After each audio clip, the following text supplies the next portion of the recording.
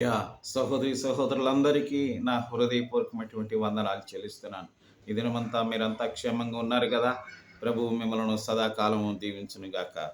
Bible గ్రంథం ముందు యోబు గ్రంథము మొదటి అధ్యాయము 10వ వచనమును చదువుకుందాం.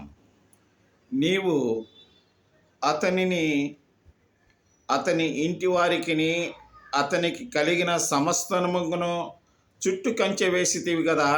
నీవు అతనిని చేతి పనిని దీవించుచుండుట చేత అతని ఆస్తి దేశములో బహుగా విస్తరించి ఉన్నదని వ్రాయబడి ఉన్నది. In English, have you not put a hedge around him and his house and all that he has on every side? You have blessed the work of his hands, and his possessions have increased in the land అని వ్రాయబడి ఉంది. నా ప్రియమైనటువంటి సహోదరి సహోదరులారా, ఈ రోజున యోబును దేవుడు దీవించి ఆయనకు కంచె వేసి ఆయన కాపాడినటువంటి సాక్ష్యం ఈరోజు మనం వినబోతున్నాం.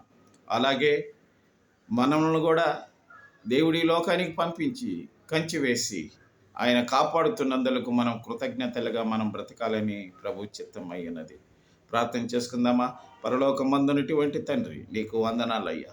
యోబుకు కంచె వేసిన విధంగా మాకు కూడా కంచె వేసి స్వామి, మా అనుదిన జీవితంలో, మా వ్యాపారాల్లో, పనిపాటల్లో, నాయన మా శత్రు బాధల్లో, మా ప్రభు అన్నిటిలో మీరు తోడుగా ఉండి మా కంటతడిలో అంతటిలో స్వామి మాకు సంతోషం, సమాధానం ఇచ్చి మమ్మల్ని నడిపిస్తున్నందుకు నీకు వందనాలు చెల్లిస్తూ యేసుక్రీస్తు నామం పేట ప్రార్థించి వేడుకుంటున్నాము తండ్రి.